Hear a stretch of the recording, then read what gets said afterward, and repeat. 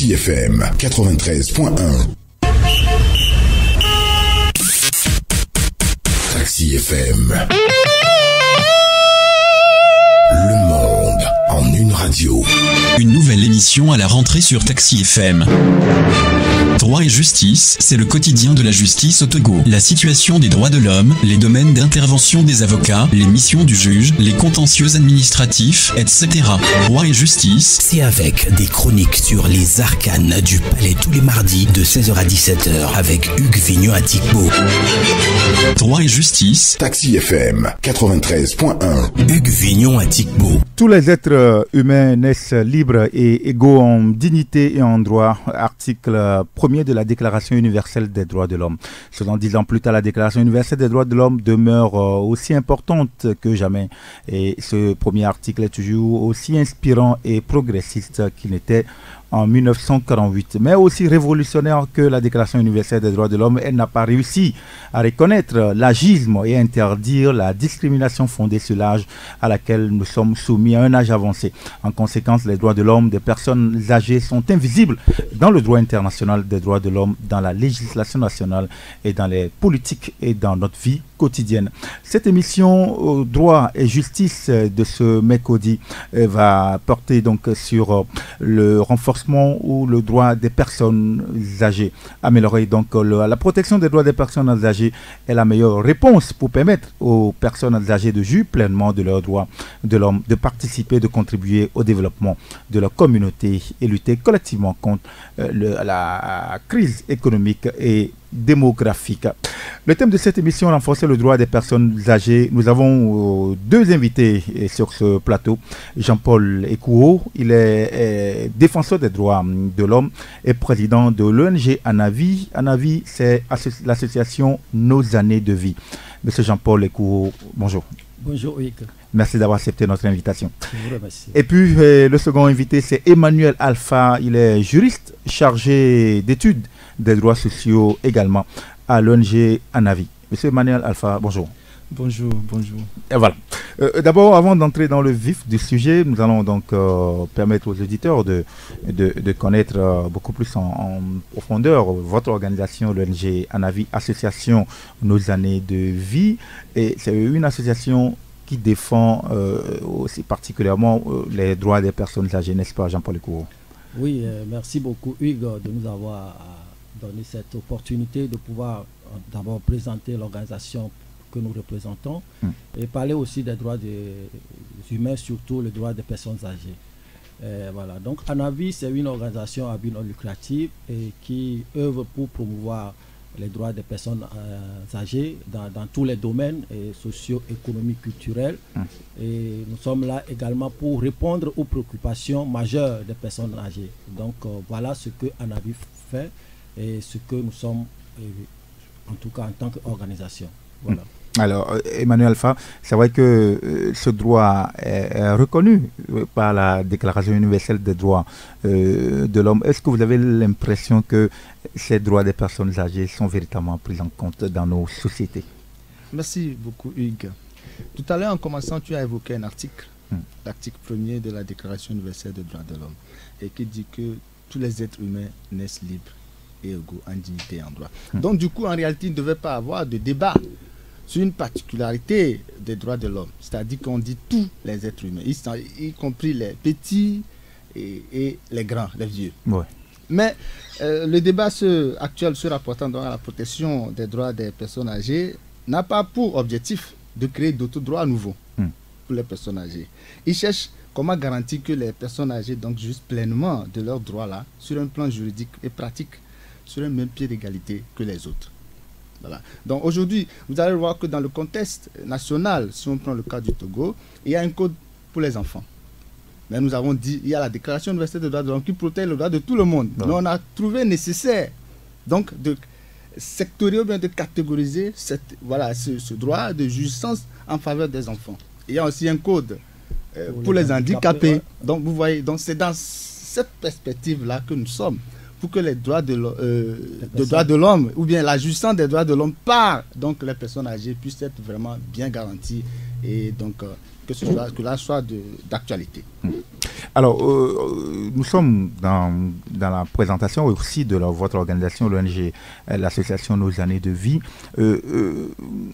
Partant de cela, est-ce que vous avez déjà, dans le sillage de vos activités, fait beaucoup pour renforcer ces droits si précieux de ces personnes âgées? Merci beaucoup. Si, je ne sais pas si je peux danser, m'apprécier pour dire qu'on a fait beaucoup. Est-ce que vous avez fait des activités visibles sur le terrain pour la promotion, la préservation de ces droits des personnes âgées? Oui, mais comme vous le savez, c'est une continuité, c'est un travail qui continue, qui ne peut jamais s'arrêter tant que nous vivons. Et nous sommes censés promouvoir chaque jour les droits humains pour que nous soyons tous sur les mêmes pieds d'égalité, en tout cas pour ce qui concerne en termes de droits. Permettez-moi de dire, Hugues, que la situation des personnes âgées aujourd'hui dans le monde entier est préoccupante. Et il faut le dire, et c'est dans ce sens qu'aujourd'hui, au niveau mondial, il y a des mouvements qui se mettent en place pour pouvoir vraiment voir par quels moyens on peut renforcer le droit de ces personnes pendant longtemps mis de côté, parce que nous sommes aujourd'hui dans l'avènement des ODD où la devise c'est que personne ne soit mis de côté. Bon. Mais aujourd'hui nous constatons que dans la vie de tous les jours, il y a certaines catégories de personnes qui sont mises de côté, peut-être par ignorance ou peut-être par oubli. Donc aujourd'hui, nous, notre travail au niveau de ANAVI, c'est de pouvoir en tout cas donner en tout cas sonner le glas pour que les gens puissent ouvrir les yeux sur cette catégorie de personnes qui sont d'ailleurs nos papas, qui sont nos mamans, mais par contre dans les trains quotidiens on les oublie. Donc ANAVI, par ces activités, d'abord sur le terrain en tant qu'accompagnement sur le plan de la santé qui est un droit, et ANAVI opère sur le terrain dans l'accompagnement juridique. Et parce que moi, il y a un exemple palpable qu'on a vécu cette semaine. Il y a un monsieur qui a travaillé pendant 25 ans et qui est admis à la retraite en 2002. Et ça, c'est un cas palpable, je vous dis. Ouais. Et en 2002, ce monsieur est admis à la retraite. Et depuis 2002 jusqu'en 2009, il n'a pas eu accès à ses pensions. Et le comble... Pendant 7 ans. Pendant 7 ans, vous voyez. Et comme quoi, la raison, c'est qu'il paraît qu'il n'a pas déposé vite ses dossiers et ce monsieur n'a pas vraiment joui de ses droits de pension. Et vous voyez que c'est des cas qui passent sous silence, que personne ne voit. On n'écrit pas sur les médias sur ces points. Il y en a certainement des milliers qui sont dans ces cas-là. Et ce qui m'a encore touché pour ce qui concerne ce cas pratique, et ce monsieur, après avoir travaillé pendant plus de 25 ou 30 ans, est encore en location. Il vit encore en location avec sa femme, qui est, elle aussi, elle est vieille. Vous voyez, Hugues? Donc, ce monsieur, il a entendu parler de ANAVI et il nous a approchés pour nous soumettre son cas et sur lequel nous penchons pour travailler, pour voir dans quelle mesure nous pouvons vraiment l'aider. Voilà, donc voilà, ça c'est un cas palpable. Donc, ANAVI, en termes d'action, est présent pour essayer d'aider les personnes âgées à jouir de leurs droits. Ça, c'est du vis-à-vis. Maintenant, au niveau des pouvoirs publics, et nous faisons chaque jour des démarches, des actions de plaidoyer pour qu'il y ait un cadre juridique au Togo. Parce qu'il faut le souligner que jusqu'à présent, le jour où nous parlons sur cette antenne, il n'y a pas de cadre juridique formel et qui protège ces personnes âgées au Togo. Jusqu'à présent, nous sommes au niveau de l'intentionnel. Donc, voilà aussi un travail que ANAVI est fait. Et peut-être pour le moment, on ne passe pas trop sur les médias. Et je pense qu'avec l'aide des journalistes, que nous prévoyons en tout cas avoir des ateliers de formation, de sensibilisation sur la thématique, pourront nous aider à pouvoir faire entendre nos voix pour que le pouvoir public puisse vraiment faire ce qu'il faut pour que ces personnes âgées-là puissent vraiment vivre dans la nation comme le citoyen lambda. Voilà. On reviendra tout à l'heure sur ce cadre juridique qui devait être mis en place pour les personnes âgées. Alors, Emmanuel Alpha, on va revenir d'abord sur la définition même de personnes âgées. Alors, qui peut-on appeler personne âgée? Et bon, selon les instruments internationaux qui sont en balbutiement sur la thématique, et bon, le président tout à l'heure a parlé d'un cadre juridique ou bien bon, de test. Et donc il y a un test aussi que le Togo se veut adopter, mais qui n'est pas encore fait. Donc dans ce test aussi déjà, et dans son article, je crois, 2, on dit que personne âgée, celui-là qui a déjà 60 ans et plus en allant. Donc déjà à 60 ans, on est classé juridiquement comme personne âgée. Voilà. Jean-Paul Lecour, c'est un peu classique, un peu partout, quand tu dépasses un peu la soixantaine ou bien de la centaine jusque-là, on peut te mettre déjà dans la catégorie de personnes âgées? Bon, moi, je peux dire que c'est un critère mondial. Voilà, c'est un critère mondial. Maintenant, ça revient à chaque État de voir, et par rapport à sa culture, de voir qui est personne âgée. Même au niveau mondial, c'est la catégorisation. Être personne âgée, toute personne, que ce soit femme ou homme, qui dépasse les 60 ans. Voilà. Et donc, aujourd'hui, avec certains problèmes de santé, on sait qu'il y a des gens qui ont moins de 60 ans, mais qui sont devenus des personnes âgées du fait de leur handicap. Parce qu'il faut aussi rappeler que le vieillissement aussi, c'est un handicap. Voilà, donc, alors, je crois que nous sommes déjà situés sur celui qu'on peut appeler personne âgée. Alors, mais pensez-vous qu'il est nécessaire de promouvoir particulièrement ces droits de ces personnes âgées, surtout dans nos sociétés? Nous parlons de la société togolaise, parce que, comme on l'a dit tout à l'heure, il y a les enfants, il y a le code de l'enfant, il y a les handicapés autres. Il y a même le code des jeunes filles ou des jeunes femmes. Pourquoi il est particulièrement important d'insister sur ces droits des personnes âgées? Juste parce qu'il faut peut-être équilibrer les choses. Il faut équilibrer les choses parce que toutes ces personnes qui sont les enfants, les jeunes filles ou les jeunes, et sont souvent catégorisées dans la cible de personnes vulnérables. Voilà. Or, dans la cible, pour être vraiment exhaustive, il y a aussi les personnes âgées qui sont dans cette cible de personnes vulnérables. Alors pourquoi ignorer cette catégorie de personnes? Donc nous, notre plaidoyer va dans ce sens pour qu'on puisse équilibrer un peu les choses, pour que tous les Togolais, sans distinction d'âge aucune, puissent vraiment bénéficier de leurs droits. Voilà. Emmanuel Fra, c'est quand même très important d'insister sur la préservation, la promotion de ces droits des personnes âgées. Merci Hugues pour cette question. Bien souvent dans la société, il peut sembler que les personnes âgées, je vais reprendre un peu, permettez-moi l'expression de... Tout à l'heure qu'on venait, on suivait une émission justement sur votre chaîne. Ouais. Et je crois que c'est le directeur de l'ANVT qui est passé. Je crois que c'est dans cette dernière question, on a posé la question, une question, et puis dit non, les gens qui ont déjà 45 ans, ils sont déjà vieux, donc ils vont donc chercher autre chose à faire. Vous voyez déjà la catégorisation déjà. On dit déjà à 45 ans que vous êtes un peu... Donc il y a déjà une discrimination. Une discrimination. Et nous, si nous voulons faire aussi une analogie, avant, quand les droits des enfants n'étaient pas protégés, on les violait très très gravement. Allègrement, sans punition.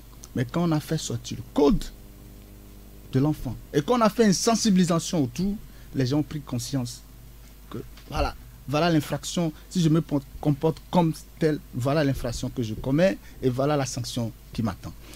C'est pourquoi nous déplorons aujourd'hui ce cadre juridique qui n'est pas encore mis en œuvre au Togo, pour que les gens puissent s'en servir. Si le gouvernement fait le pas, nous serons donc confortés à, donc, avec l'aide des journalistes, comme le président l'a dit, à faire la sensibilisation autour pour qu'au moins ces violations puissent cesser. Voilà, donc il est important au niveau même mondial.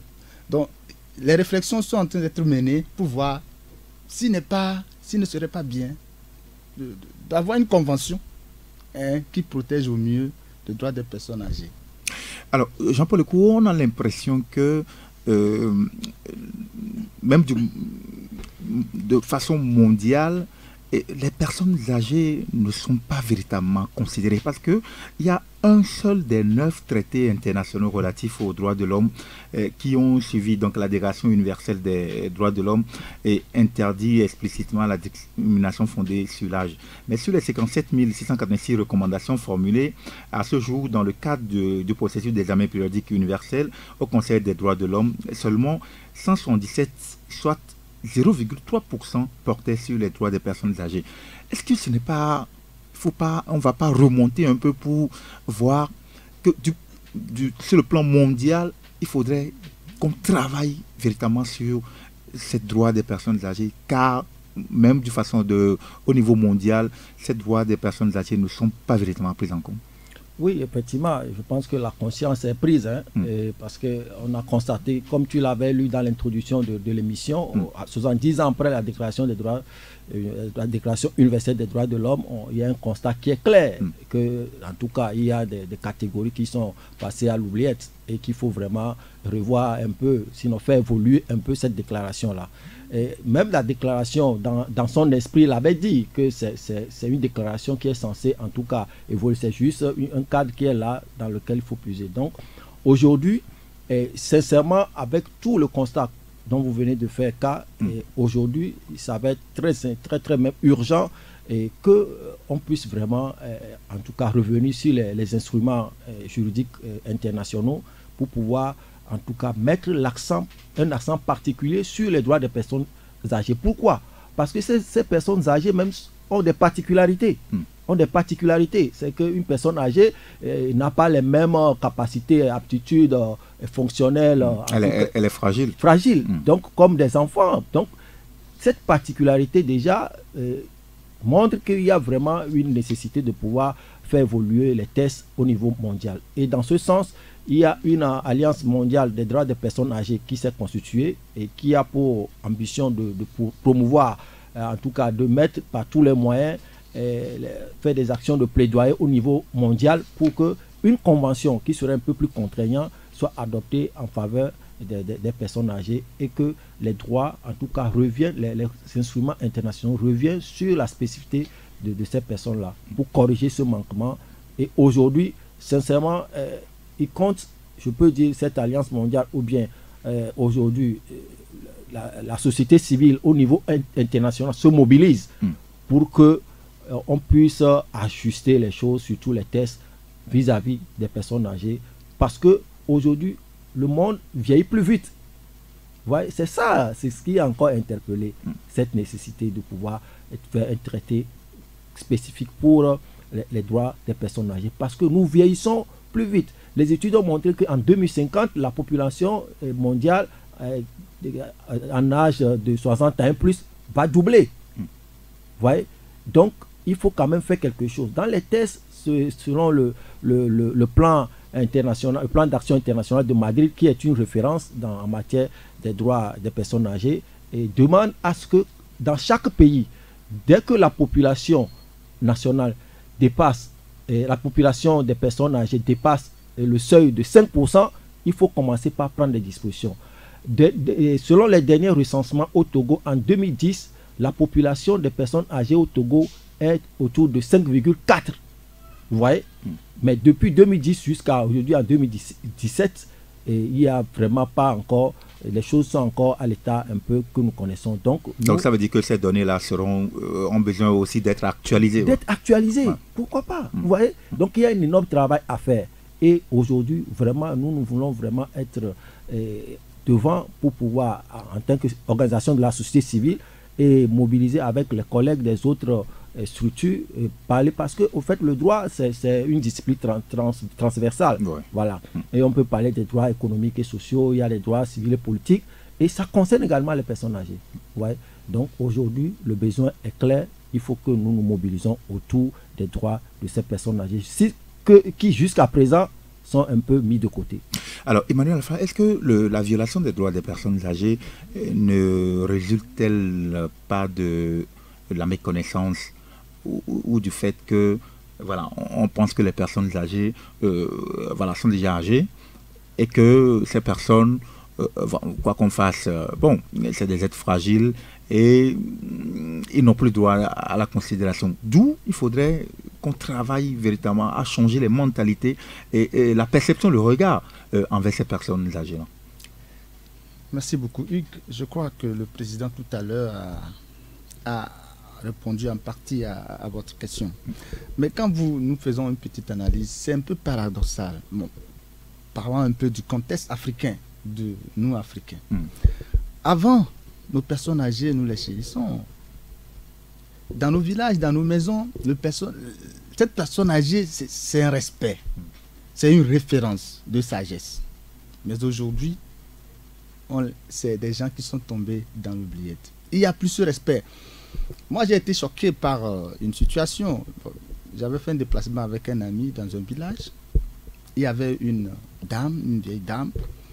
Elle était couchée. Bon, elle semblait être malade. Bon, je dis semblait parce que bon, je n'ai pas fait de diagnostic pour voir si elle était malade. Mais tout porte à croire comme qu'elle était dans un état de souffrance. Bon, les gens passaient et tout le monde passait. On ignorait qu'il y a une personne là-bas. Et bon, cette situation m'a un peu interpellé. Avant même que, par la force des choses, je me retrouve à Navi. Donc, voilà. Déjà, il y avait un clic à moi. Ouais. J'ai été choqué. Pourquoi cette vieille dame, malgré son état là, les gens passent sans se soucier. Vous voyez, il y a une négligence. Mais ça aurait été avant, c'est une personne qui devait être entourée de toutes les affections possibles. Les Européens se sont rendus compte de ça et ils ont voulu régler le problème à leur manière, en créant donc des maisons de retraite, mais qui ont vraiment des réserves aussi qu'on peut critiquer. Mais dans notre cas, on ne plaide pas forcément pour les maisons de retraite, mais on plaide pour la sensibilisation. Il faut sensibiliser les consciences pour que les gens prennent conscience. Si nous retournons, c'est-à-dire que dans nos cultures africaines anciennes, les droits des personnes âgées ne seront plus violés. Parce que déjà, dans la conscience, dans la famille, les gens s'en chargent, on prend soin d'eux. Aujourd'hui, ils meurent plus aussi de la solitude. Oui, de l'isolement. De l'isolement, oui. Voilà. De l'isolement.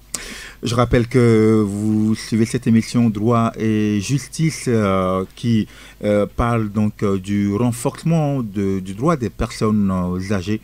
Alors, nos invités dans cette émission, Jean-Paul Ekouo, qui est défenseur des droits de l'homme, président de l'ONG Anavi, Association Nos Années de Vie, et Emmanuel Alpha, juriste chargé d'études des droits sociaux à l'ONG Anavi. Maintenant, parlons donc de ces instruments juridiques et des mécanismes internationaux qui visent donc à protéger les personnes âgées dans le monde. Jean-Paul Ekouo. Oui, merci beaucoup. Les instruments juridiques, en tout cas spécifiquement pour la protection des droits des personnes âgées, le constat est clair qu'il n'en existe pas. C'est maintenant qu'il faut élaborer, il faut voir dans quelle mesure il faut adopter un traité ou bien une convention mondiale spécifique à la protection des droits des personnes âgées. Mais il y a, en tout cas, il y a déjà eu des déclarations, il y a eu même un plan international qu'on appelle le plan international d'action de Madrid, qui a été en tout cas adopté en 2002 à Madrid, donc qui donne les grandes orientations, qui donne les recommandations, comment chaque État peut en tout cas créer les conditions pour que ces personnes âgées puissent vivre mieux et vivre en bonne santé. Donc en termes d'instruments juridiques internationaux ou bien internationaux, sincèrement, il n'y a que la Déclaration universelle des droits de l'homme dans laquelle on peut puiser beaucoup d'inspiration, beaucoup d'éléments. Il y a aussi le pacte international des droits économiques et socioculturels.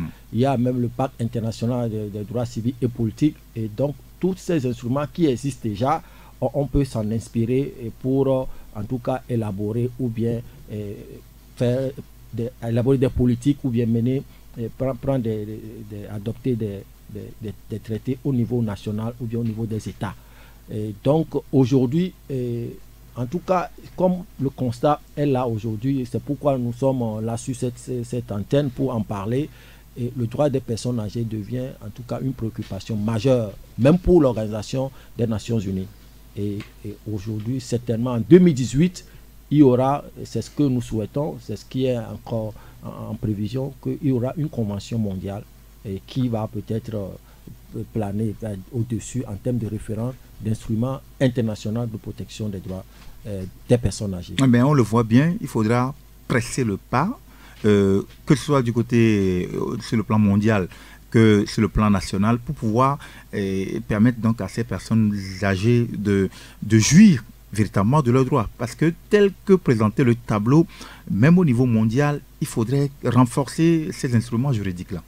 Oui, bon, sans même peut-être renforcer ces instruments juridiques, il y a beaucoup d'États qui ont pris conscience, qui ont anticipé, qui ont pris en tout cas des mesures au niveau national pour la protection de ces personnes vulnérables.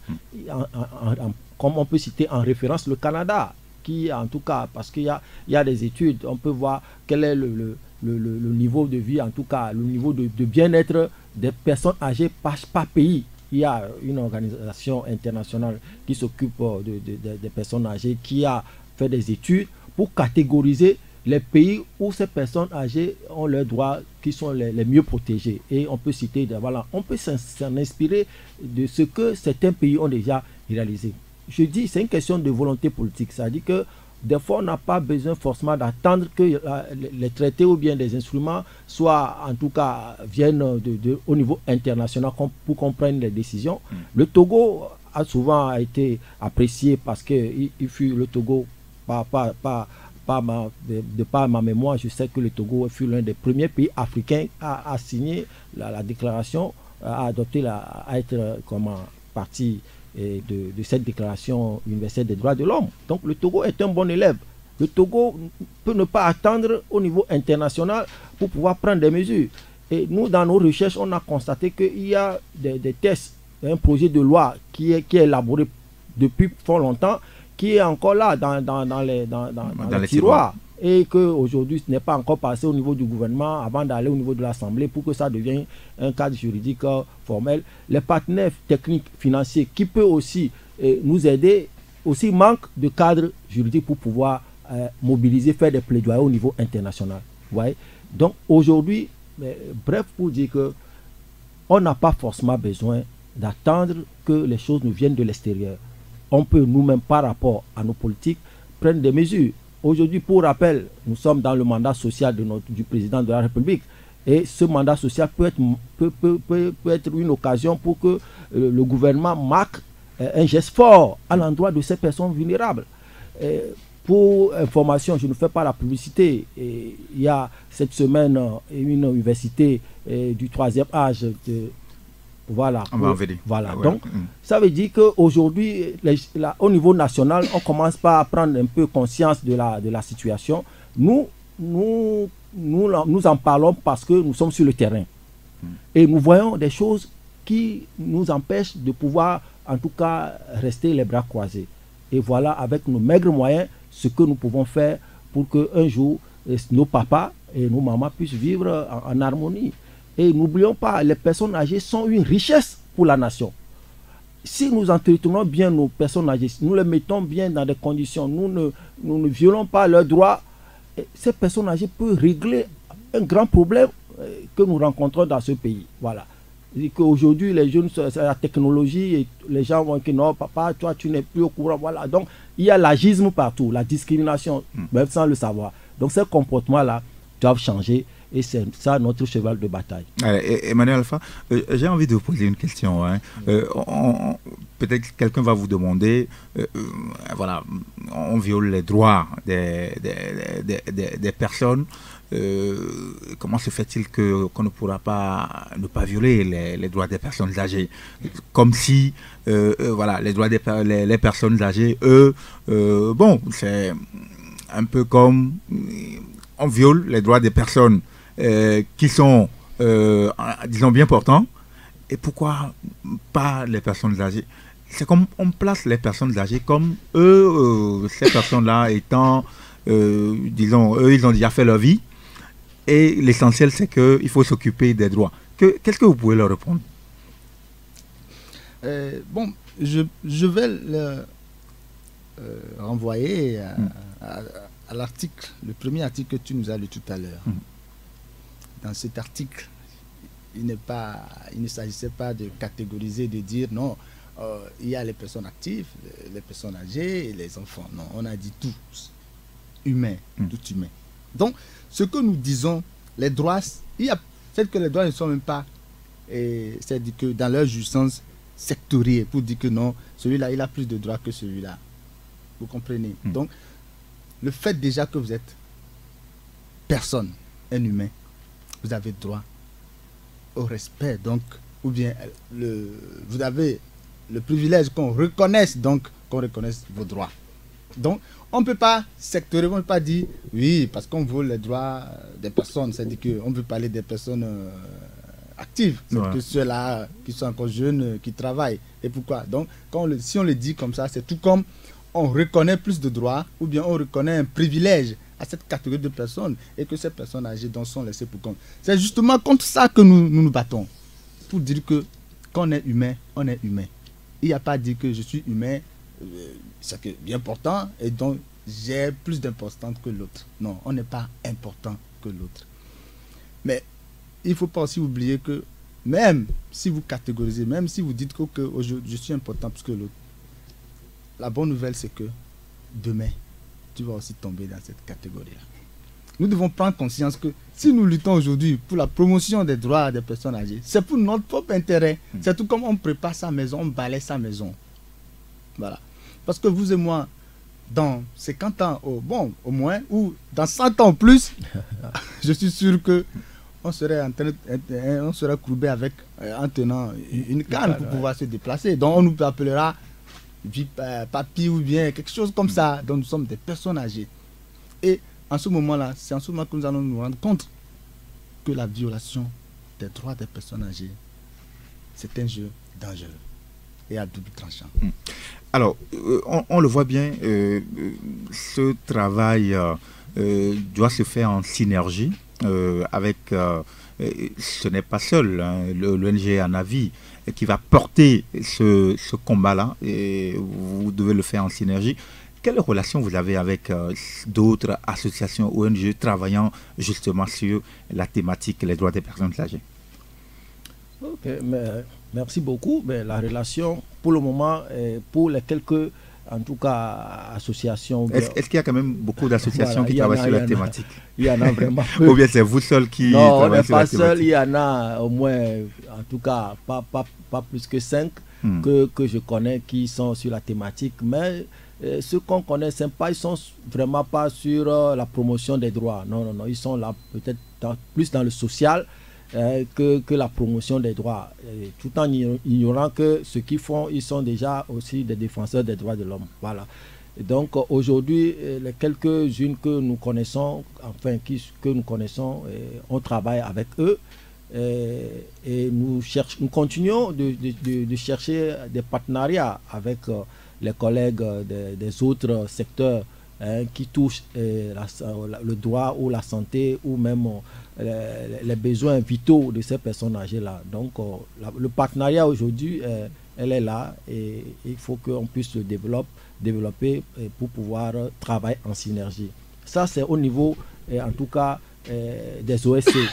Au niveau institutionnel, au niveau des pouvoirs publics, les institutions qui représentent, qui travaillent sur cette thématique, qu'on peut citer aujourd'hui le ministère de l'Action sociale et de la promotion féminine, de l'alphabétisation de la promotion féminine, est notre partenaire privilégié, partenaire technique numéro 1.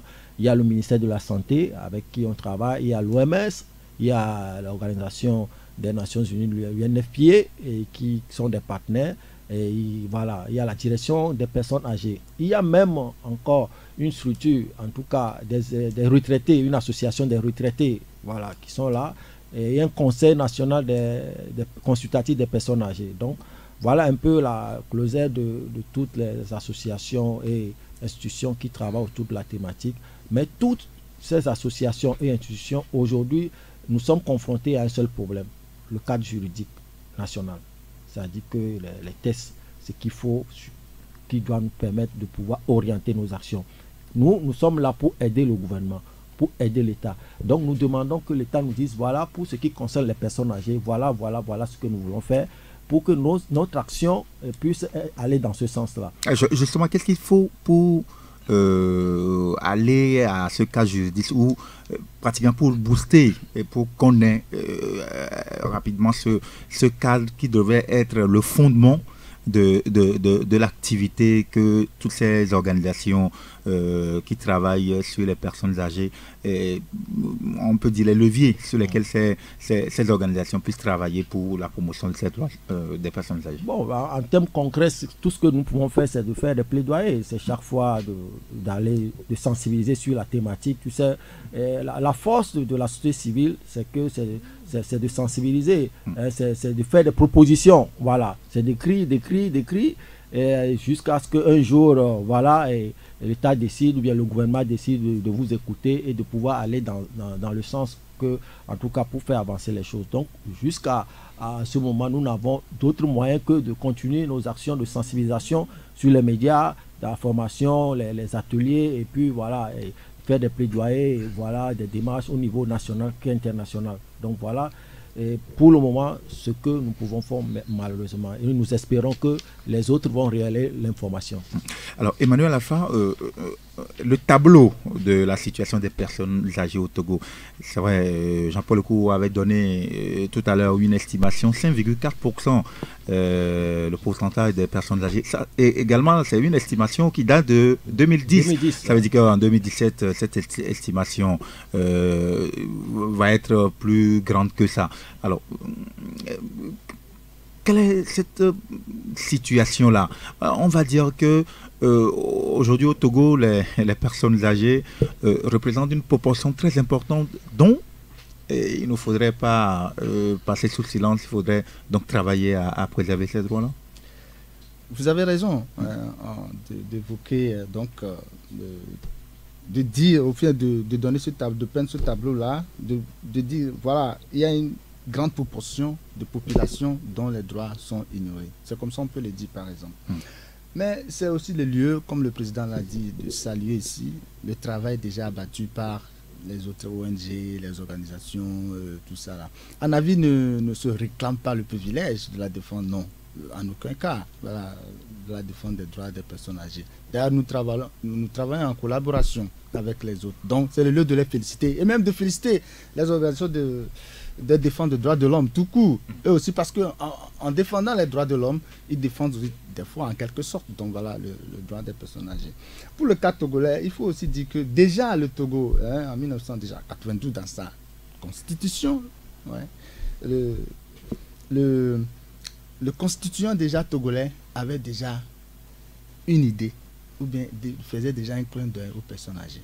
Donc, dans la Constitution, l'article 33, par exemple, dit que l'État prend ou fait prendre en faveur donc, des personnes handicapées ou des personnes âgées des mesures susceptibles de les mettre à l'abri des injustices sociales. Donc, c'est-à-dire que déjà, c'est que le constituant togolais, ou bien, donc voilà, le constituant togolais déjà avait senti l'importance et la nécessité donc de protéger cette catégorie de personnes qui sont, comme le président l'a dit, dans la catégorie large des personnes vulnérables. Donc, après l'article, l'article 44 aussi en dispose, pour autre chose. Et puis le cadre légal, donc, qui n'est pas encore formalisé, le Togo, disons, fait quand même des efforts. Le Togo est un bon élève quand il s'agit de faire des tests. Mais dans la pratique, nous avons l'impression que ça ne marche pas. Donc, nous avons déjà deux tests importants.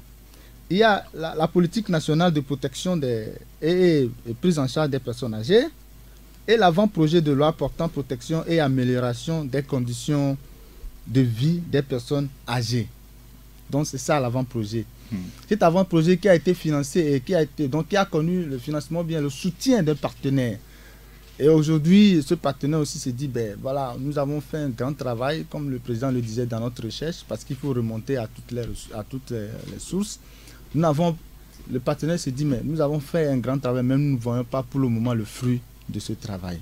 Donc c'est le lieu d'interpeller les autorités, le gouvernement, pour que au moins cet avant-projet puisse connaître un aboutissement heureux, c'est-à-dire devenir finalement une loi de la République qui fixe et qui protège donc au mieux le droit des personnes âgées. Alors, la discrimination fondée sur l'âge, on va encore revenir sur cette expression. On le voit bien, elle n'est pas toujours interdite dans de nombreuses constitutions nationales. Elle n'est pas couverte par les lois anti-discrimination. Quelle est la raison, Jean-Paul Lecourt?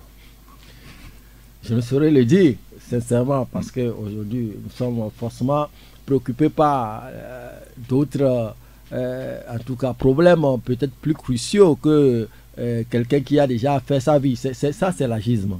C'est ça. Vous voyez, c'est comme ça qu'on présente la chose. Voilà. On dit, mais vous avez déjà fait votre vie, laissez-nous aussi vivre notre vie. Voilà. Bon, on va où? Voilà. Ils ne savent pas que c'est celui qui dit ça, il va aussi vers là. Et la discrimination, c'est des choses subtiles qu'on ne voit pas très souvent. Voilà. On s'en rend même pas compte. Mais quelles sont ces formes-là? Mais en tout cas, dans la vie de tous les jours, aujourd'hui, dans le verbal, il y a la discrimination. Aujourd'hui, surtout, aujourd'hui, si on veut parler en termes économiques, parce que c'est un volet très important qui constitue une violation des droits humains pour ce qui concerne les personnes âgées. Déjà, on considère que quelqu'un qui a déjà 60 ans ne peut plus travailler. Ouais. Alors qu'il y a des gens qui ont 60 ans, mais qui sont encore actifs. Donc, l'âge du départ à la retraite. L'âge du départ à la retraite. Il y a même le sujet même fait débat dans certains pays. Ils disent qu'il faut. Notamment en France, on a vu ces dernières années. Voilà, d'autres disent qu'il faut aller à 65 ans. Donc, ça veut dire qu'il y a possibilité de travailler encore 5 ans. Mais du coup, si la personne ne travaille pas, ses revenus vont baisser. Et si ses revenus baissent, il va tomber dans la misère. Il va pas. Vous voyez? Et il y a certains aujourd'hui, pendant toute la durée de leur vie professionnelle, n'ont pas eu le temps de faire ce qu'ils doivent faire. Et il faut rattraper. Et ces personnes, quand vous êtes avec eux, vous constatez, je donne juste un exemple. Nous avons été associés à l'élaboration du PND, du Plan National de Développement 2018-2022. Et voilà. Et je me suis rendu compte qu'avec mon président, le président de la fêtière, dans laquelle il y a plusieurs associations qui travaillent sur la thématique des ONG, et à chaque fois qu'il demande la parole et qu'il prend la parole, on a l'impression que tout le monde murmure, dit mais qu'est-ce que le vieux là encore veut nous dire, voilà, bon. C'est une discrimination, c'est une pression psychologique sur la personne pour dire que ce que tu as dit là n'est pas important. On veut écouter d'autres personnes parler. Vous voyez? Donc vous voyez ce comportement là, alors que aux États-Unis, quand vous allez aux États-Unis, dans n'importe quel État, quand vous voyez une personne âgée descendre de l'avion, il y a même les soldats qui se mettent au garde à vous. Vous voyez? C'est qu'il y a un respect pour ces personnes âgées-là. Dans certains pays européens, quand vous voyez certaines personnes âgées dans la queue, ou bien la personne âgée veut acheter quelque chose dans la queue des personnes actives, on le cède la place. Automatiquement. Mais ici, vous allez chez Aimolto, ou bien chez je ne sais pas quoi, et, tout le monde, on ne regarde même pas qui est une personne âgée. Des fois, mais on veut l'insulter, dit papa, quel oyama. Vous voyez? Donc, ça là, c'est des discriminations, c'est des comportements discriminatoires il faut quand même essayer de sensibiliser là-dessus pour que si on a du respect pour ces personnes-là, c'est-à-dire que pour nous qui sommes les croyants, c'est ce que vous ne voulez pas qu'on fasse pour vous, ne faites pas pour les autres. Voilà, c'est un principe simple. Si vous faites ça pour les gens qui sont plus âgés que vous, même si la personne n'est pas âgée et qu'il est plus âgé que vous n'avez pas d'égard envers lui. C'est que le manque d'égard, ça peut être aussi une discrimination. Donc, voilà quelques exemples que je pourrais citer qu'on vit tous les jours. Voilà. Vous pouvez quand même, il y a d'autres exemples à citer, d'autres formes de discrimination à l'égard des personnes âgées? D'autres formes de discrimination, je crois qu'il a dit l'essentiel, mais ce que j'avais dit, l'exemple que j'avais donné pour la dame là aussi, par exemple, une dame qui est souffrante, et bien, les gens passent. Mais je voulais donner aussi,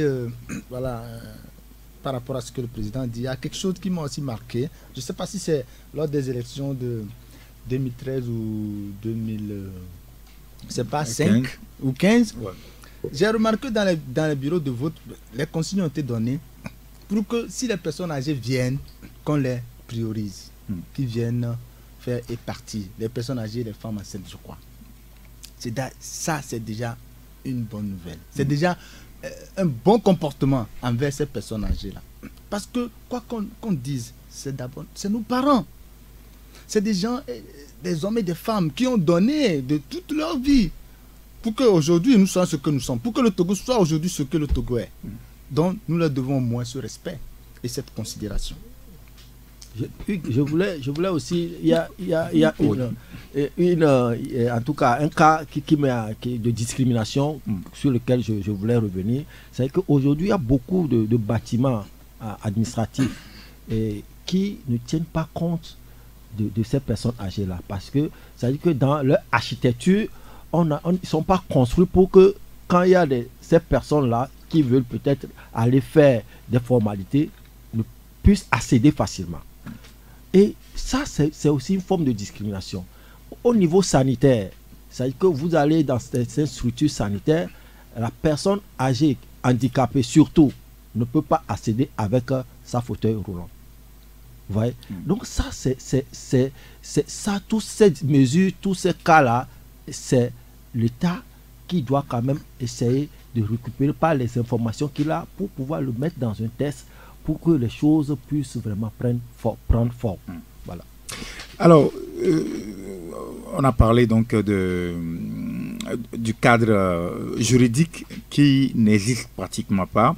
On a parlé donc des tests et voilà, on a parlé également de ce que fait l'ONG, l'association Nos Années de Vie, pour agir dans ce domaine-là pour que ça change.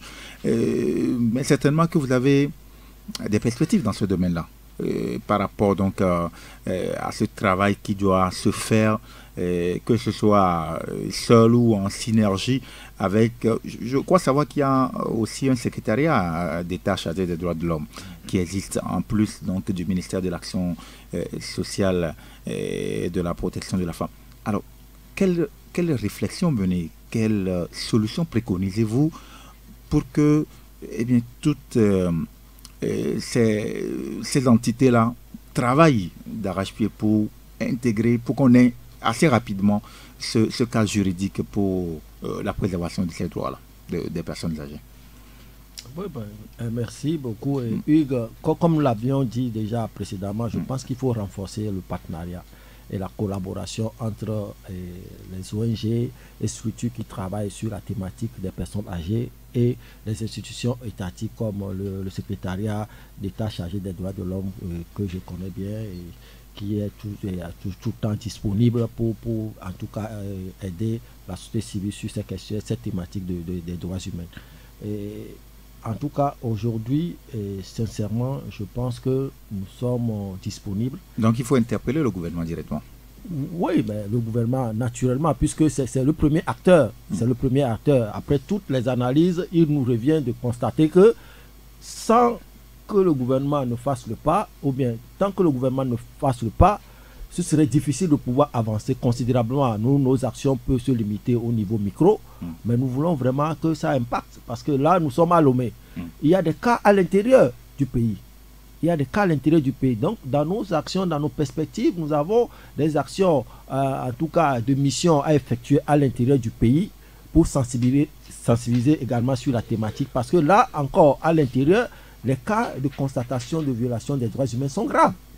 Parce que les personnes âgées qui sont dans nos villages à l'intérieur sont souvent considérées comme des sorciers et subissent vraiment des situations, en tout cas des violences physiques.